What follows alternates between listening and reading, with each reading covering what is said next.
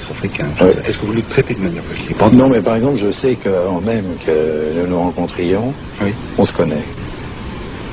Bah, oui, parce que justement, on a pratiqué le même rituel à des milliers de kilomètres différents et que on dit liberté, égalité, fraternité, que l'on dit qu'on parle du niveau, etc., etc.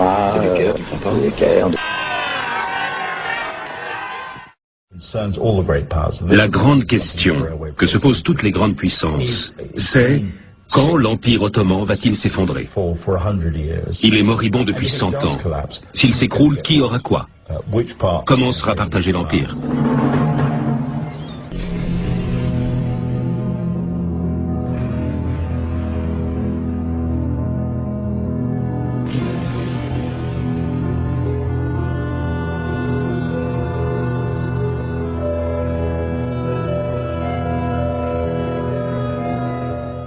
Une révolution secoue l'Empire ottoman. À Constantinople, le mouvement nationaliste des jeunes Turcs se rebelle contre l'autorité du sultan et s'empare du pouvoir.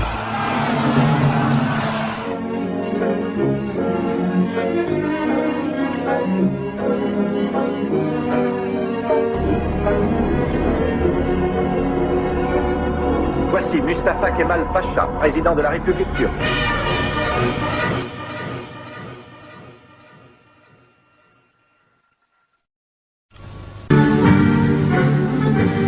Le 29 octobre 1923, la Grande Assemblée nationale turque proclame la République et élit Mustafa Kemal président. Kemal nomme İsmet Pacha Premier ministre et pour rompre avec l'histoire de l'Empire, fixe la capitale de la Turquie à Ankara. Dernière étape de cette révolution, après avoir supprimé le sultanat, Mustafa Kemal fait abolir le califat le 3 mars 1924. Depuis, le monde musulman n'a jamais retrouvé de direction spirituelle unique.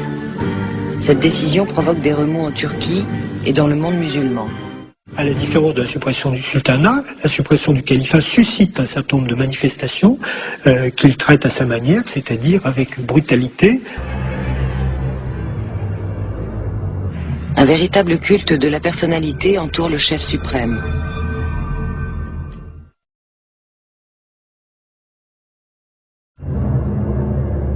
Un franc-maçon, quand il rentre en maçonnerie, il est d'un seul coup, du jour où il a reçu la lumière, l'héritier spirituel de tous ses prédécesseurs. Comme tous ses contemporains en Turquie et peut-être ailleurs, il était fortement influencé par le monde occidental. C'était l'idéal de l'époque. C'est comme ça que les gens bien vivaient.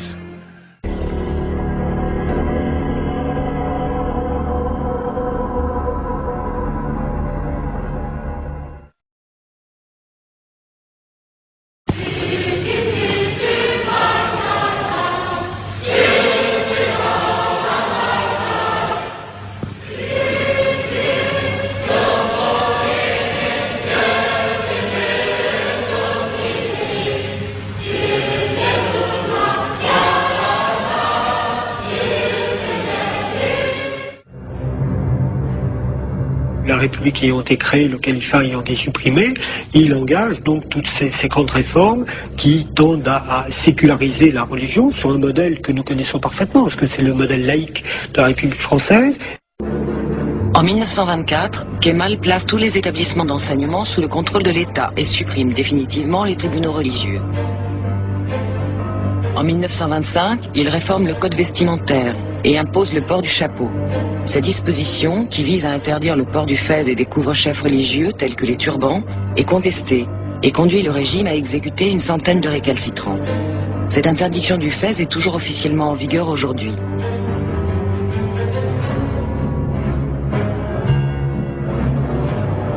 La même année, Kemal interdit les confréries qui encadraient la vie de nombreux Turcs et adopte en remplacement du calendrier musulman le calendrier grégorien toujours appliqué aujourd'hui. En 1928, il fait retirer de la Constitution la mention « L'islam est la religion officielle de l'État ». Aucun gouvernement n'est jamais revenu sur cette décision. Aucun pays musulman n'a depuis lors osé aller aussi loin.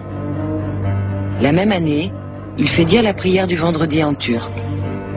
Toujours en 1928, Kemal fait remplacer l'alphabet arabe par l'alphabet latin.